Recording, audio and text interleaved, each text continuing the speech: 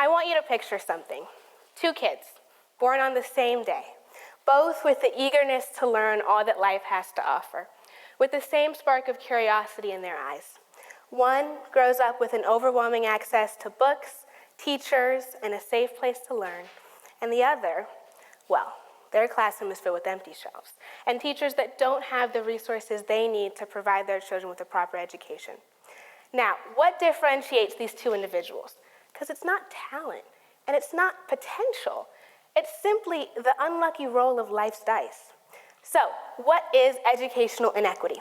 Well, by definition, inequity stems from an evident display of disparity, imbalance, or discrimination against certain people, which may result in certain people needing more resources to reach the standard quality of education of others. Oftentimes, this can look like people having access to the same resources. However, they don't get the opportunity to utilize these resources due to circumstances beyond their control, like corrupt governments, child labor, language barriers, or living circumstances. Imagine a child whose parents are unemployed, illiterate, or chronically ill. Well, this child is twice as likely to drop out of school or never attend school at all. Now, as I say this, it's important for us to recognize that this inequality has nothing to do with the individual themselves, but rather circumstances beyond their control that ultimately dictate the path of their future. The biggest factor that contributes to this issue, which is also the reason why this problem remains practically unchanging, is the lack of visibility to the issue itself. As much as we hate to admit it, it's easy to ignore a problem that has no negative impact on our daily lives. However, this problem is so much bigger than you or me. This is our future as a generation. We have children with the capabilities and intelligence to be the next doctors, engineers, leaders of nations, children just like you and I. And the only difference between us is we seem to have won the genetic lottery. I mean, we're so privileged in that we don't have to fight every day for the resources we need to succeed. So, what can kids like you and I that live oceans away do about this? Well, we've been given a gift that 251 million children across the globe don't have, and that's access to educational resources. So if we have an overwhelming access to these resources here, why not share them with our peers across the globe that happen to not be so fortunate? Now, the problem of educational resources may seem insurmountable, and it may seem easier to focus on our own futures. However, there's a future where we could have just as easily been born with the world's most brilliant mind, but no resources at our disposal. I mean, shouldn't we strive for a world where any talented and intelligent individual has the opportunity to explore their potential in the modern world? Now, as I say this, it's important for us to recognize that making a difference doesn't mean uprooting our own lives. Things that may seem relatively trivial to us could make a world of a difference to kids in developing countries. Aiding this crisis could be as simple as finding one or two books that you have lying around the house that you could donate to a school across the globe. Another factor that contributes to this issue is the state of a lot of these schools. Statistics show that outdated and worn-out textbooks are often shared between 6 or more students in various parts of the globe. In Tanzania, 3.5% of all 6th grade students have sole use of a reading textbook. And in Cameroon, there are 11 primary school students for every 1 reading textbook, and 13 for every math textbook in the 2nd grade. Now, although providing these books is just one piece of the puzzle in terms of providing quality education, it's a promising first step towards aiding the educational deficit in these countries. Now, what's in it for you? What does this mean for us as a generation, and what's next?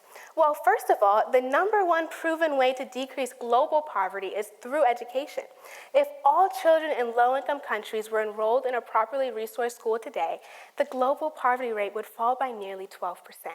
I mean, seriously, how lucky are we to be in such a powerful position to make a difference to our peers across the globe? Statistics show that providing random acts of kindness can go as far as reduce stress, increase dopamine levels, which means you'll be happier, and inspire optimism.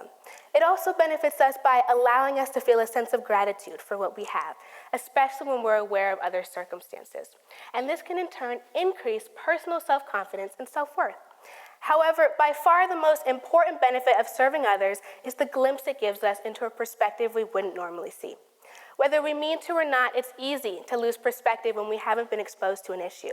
However, by exploring the day-to-day lives of our peers and actively seeking ways to bring about change, it makes you feel valuable to society, almost as if this is our way of making the world a better place. Now, I'm not in any way trying to invoke a sense of guilt in us. Just like these children aren't in control of their circumstances, we're just dealing with the cards we've been dealt.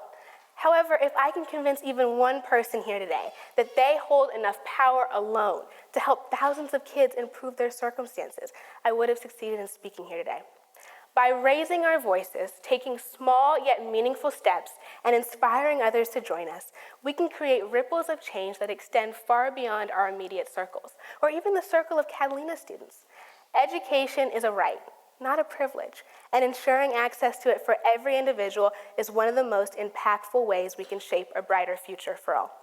Together, we can transform awareness into action and action into a legacy of hope and opportunity. Finally, to show you just how exciting it is to enact change here at our current position at Catalina, I'd like to share a story with you. At the end of my freshman year, I sat with my grandmother for lunch. And as we talked, I remembered her distinct worried expression as she explained the lack of educational resources at a family member's school where we're from, in Entebbe, Uganda. As I listened intently, I came up with an idea. I simply asked, what if I started a club? I could gather my friends together and we could pool our old children's books and send them to schools that needed them across the continent. So as the summer came to an end and the school year began, my club, Books for Africa, was born. Now, starting new initiatives, even if they appear as minuscule as a high school club, is nerve-wracking. What if nobody joins? What if we don't gather any books? What if we don't raise any money to send these books? These are all questions that raced through my mind sophomore year at the club fair. However, by the end of it, I had gathered over 130 student members to join my cause. Soon after, we had our first club meeting, in which we gathered 150 books. And at this point, my dream of sending these books seemed almost tangible. Over the next few months, Books for Africa would go on to partner with a major corporation, Half Price Books, and a certified nonprofit, the African Library Project. The African Library Project, which shares the same purpose as Books for Africa, would match Books for Africa with the school and help reduce shipping costs when sending books. These corporations would eventually assist Books for Africa in sending their first 1,000 books to a community library called the Whispers of Love Foundation in Entebbe, Uganda. I had the pleasure of receiving a video from the kids from this school who were eager to share their future dreams and aspirations with you. I want to be a teacher. I want to read their books because I see many pictures. When I grow up, I want to be a chef. My names are Nakaviri Maria Goret. I go to Whispers of Love Foundation, Uganda. When I grow up, I want to become a doctor. I like reading books because they teach us English. I like reading books because they teach us stories, and when I finish, I tell those stories to my friends, like to share with my friends like Curious George. I like reading books because they teach us geography and cultural practices. My names are Mumbwa Gloria. I go to Whispers of Love Foundation, Uganda. When I grow up, I want to become a pilot.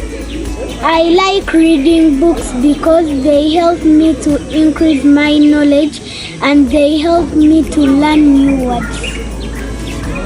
My name are Isaac Mala, and when I grow up, I want to be healthy.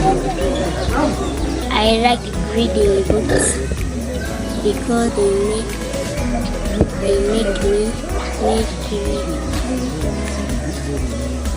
Thank you, Books for Africa. In November of 2023, I had the pleasure of visiting this school and personally learned more about their principles and inspiring efforts to promote literacy in Entebbe. When I returned, I had the pleasure of writing a reflection of my experience, which got published in my town's local newsletter, and I ended up buying almost 20 copies. I even had the pleasure of receiving some touching letters in the mail from the kids from the school, which I'd love to share. My friend Brandon says, "Dear Books for Africa Club, my name is Brandon Kawangi, and I'm very happy for the books you donated to us. We're going to use them and read them so we get a bright and better future. We have 3 groups, monkeys, hippos, and elephants. I'm in monkeys class, which is the oldest class. We pray for you for God's blessings. Thank you very much, Brandon." And Andrew says, "Dear my friends, Books for Africa Club, I'm very happy to say thank you for the books you sent us. My name is Andrew Stephen, and I live in a village called Namulanda with my grandmother called Sarah. I'm so happy because she helps me come to Whispers where I can read many books. I love seeing pictures and learning new words, so I'm thankful and pray for many blessings to you. May God bless you, Andrew." After this, Books for Africa went on to send, to date, 3,000 books to schools in Malawi, Uganda, and Kenya. In June of 2024, we became an official 501c3 not-for-profit, allowing us to apply for financial grants to cover shipping costs. In addition to this, we've raised over $10,000 and acquired a website for those interested in learning in depth about what we do and how we do it. Here at Catalina, I began the second branch of Books for Africa with around 60 members, bringing our total number of members to almost 200 kids across 2 states. Now, if I can do all this as just a girl who had a conversation with her grandmother 2 years ago, imagine what even 5 of us could do, or 15 of us. We don't need to wait for an epiphany-type moment to enact change. We can begin today. This is our future, our generation, and it's time we took matters into our own hands. Let's leverage our privilege for the benefit of others. As Malcolm X once said, education is the passport to the future, for tomorrow belongs to those who prepare for it today. Thank you.